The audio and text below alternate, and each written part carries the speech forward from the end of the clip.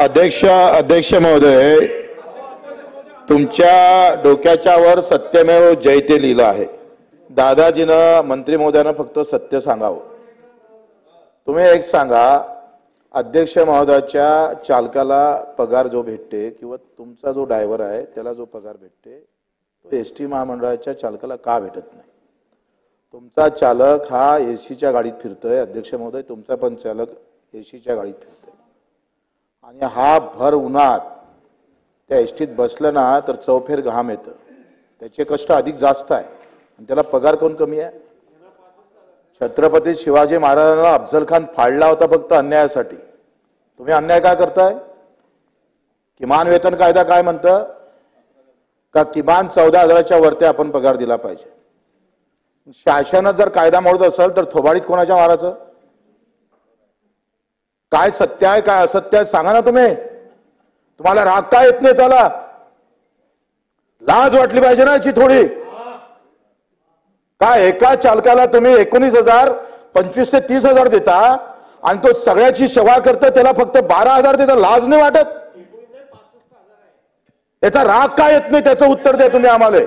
आणि मग हे सत्य असन तर ते सत्य असन तर ते जे असत्य आपण वागतोय ते सत्यात परिवर्तन किती दिवसात करणार ते सांगा.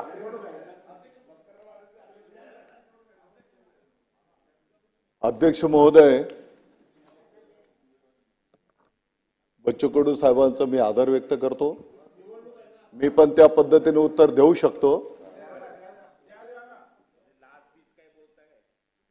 नाही, हे एक आपल्या एक मंत्री महोदय बघा, या एक मिनिट मंत्री महोदय, एक मिनिट.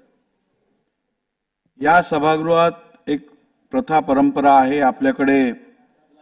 अनपार्लिमेंटरी लँग्वेज संदर्भात नियम आणि पुस्तकही आहे. तर माझी सभागृहाला विनंती आहे की आपण आपल्या भावना व्यक्त करत असताना कुठच्याही प्रकारचं अनपार्लिमेंटरी भाषा वापरणं चुकीचं ठरेल.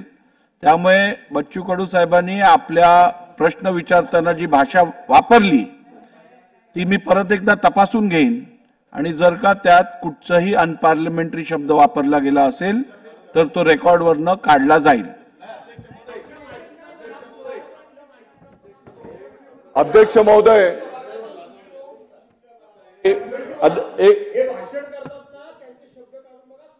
तेच मी आता सांगत होतो. यापेक्षाही आज तर केवळ लाज शरम हे तर रोज चाललंय. यापेक्षाही जरा काढून बघा. मला वाटतं की मुनगंटीवार साहेबांचं अर्ध भाषण काढून टाकावं लागेल. अर्ध भाषण. आता एवढंच आहे, त्यांनी लाज काढली, तुम्ही शरम बाळगू नका, विषय संपतो. म्हणजे त्यांनी लाज काढू नये, शरम बाळगू नये, पुढे जावं. मंत्री महोदय. अध्यक्ष महोदय, पहिली गोष्ट तर आत्ताच्या घडीला चालक आणि वाहक यांना 38,000 रुपये सरासरी पगार मिळतो. हा पहिला विषय सगळ्या सभागृहाच्या माहिती करता. आणि खरं म्हणजे आतापर्यंत पाठीमागच्या काळामध्ये जर बघितलं तर ज्यांना लाज वाटायला पाहिजे त्यांना लाज वाटली नाही. आणि आपण अनपार्लिमेंटरी असेल तर काढून टाका. आणि अध्यक्ष महोदय, सांगितलं ना, मी सांगितलं अनपार्लिमेंटरी असेल तर काढून टाका. मंत्र्यांनी जरी अनपार्लिमेंटरी वापरलं असेल तर काढून टाकू आपण. अध्यक्ष महोदय,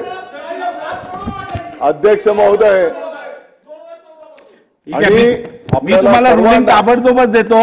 आपलं जे words and list of words and expressions which have been held to be unparliamentary or otherwise त्यातली एंट्री क्रमांक 357 लाज वाटत असेल तर हा शब्द अनपार्लिमेंटरी आपण यापूर्वीही ठरवलेला आहे.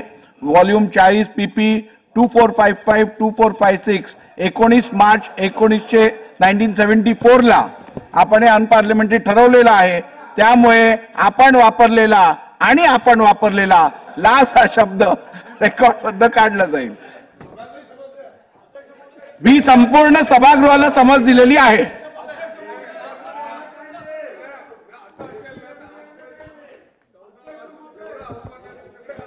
अध्यक्ष महोदय, आपल्या सर्वांच्या या एसटी कर्मचाऱ्यांच्या संदर्भामध्ये पॉझिटिव्ह भावना आहेत आणि येणाऱ्या काळामध्ये या कर्मचाऱ्यांच्या कष्टाला, त्यांच्या घामाला न्याय कसा मिळेल त्या दृष्टिकोनातून या समितीच्या माध्यमातून जे काही अहवाल येईल, आताच्या घडीला सरासरी वाहक आणि चालकला 38,000 रुपयाचं मानधन दिलं जात आहे आणि 10 तारखेच्या आत त्या ठिकाणी पगार, यापूर्वी सरकारकडे त्यांना याचना करावी लागायची की आमच्या पगाराच्या साठी काही पैसे द्या, मानधन द्या. आता त्यांच्या कष्टाचे पैसे, त्यांच्या हक्काचे पैसे सरकारकडनं त्यांना प्रतिपूर्ती या योजनांच्या माध्यमातून केली जाते आणि त्यांच्या कष्टाचे पैशांच्या माध्यमातून त्यांचा पगार होतोय. ही सर्व कर्मचाऱ्यांच्या साठी अभिमानाची गोष्ट आहे अध्यक्ष महोदय.